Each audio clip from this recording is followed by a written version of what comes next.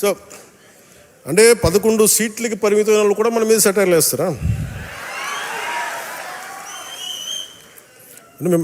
నేను ఎక్కువ మాట్లాడిన వాళ్ళ గురించి కాదు, వాళ్ళు ఒకేసారి చేరంటే కొంచెం చిరాగా వేస్తారు కదా మనకు కూడా, చాలా ఆపన్నాయని. అలాగే పర్యావరణాన్ని పరిరక్షించే అభివృద్ధి ప్రస్థానం, ఈ అంశాన్ని ప్రాథమిక సిద్ధాంతాలకు ఎందుకు పెట్టామంటే మనిషి నాగరికత ఏర్పడినప్పటి నుంచి అభివృద్ధితో పాటు కొంత విధ్వంసం. పక్క రాష్ట్రంలో అక్కడ ఒక పార్టీ పెట్టి విజయం సాధించి ముఖ్యమంత్రి అవ్వగానే మన ఆంధ్రప్రదేశ్లో చాలామంది మీరు కూడా అలా చేసి ఉండాల్సిందని చెప్పి నాకు తెగ మెసేజ్లు పంపిస్తూ ఉన్నారు.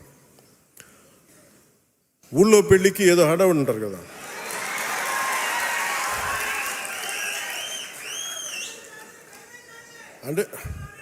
అంటే ఏంలా ఎలా ఉండదంటే మనకి సందులోనో ఒక పెళ్లి జరుగుతూ ఉంటే మన ఊళ్ళో చిన్నపిల్లలు పరిగెడుతూ ఉంటారు అటు ఇటు, వాళ్ళ ఇంట్లో పెళ్ళి అనుకున్నట్టుగా.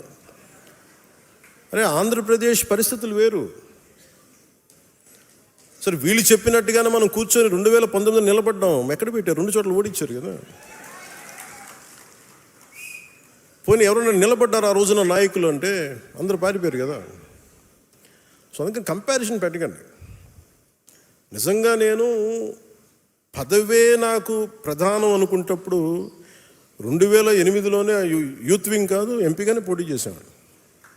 2014లో నేను ఎన్డీఏతో అలయన్స్లో ఉన్నప్పుడు నేను మల్కాజ్గిరి నుంచి ఎంపీగా పోటీ చేయాల్సి ఉంది. బట్ నేను ఏమనుకున్నానంటే, ఎందుకు చెప్తున్నాను ఇదంటే, నేను ఒక పార్టీని నడపాలి, ఇది సమాజంలో మార్పు పట్టుకు రావాలంటే నాకు తెలియాలి కదా కష్టం. ఒక కమ్యూనిస్ట్ నాయకులను చూస్తే కింద క్షేత్రస్థాయిలోకి వెళ్ళారు, నలిగారు, దెబ్బలు తిన్నారు. ఒక కాంశీరామ్ దెబ్బలు తిన్నాడు, నలిగారు.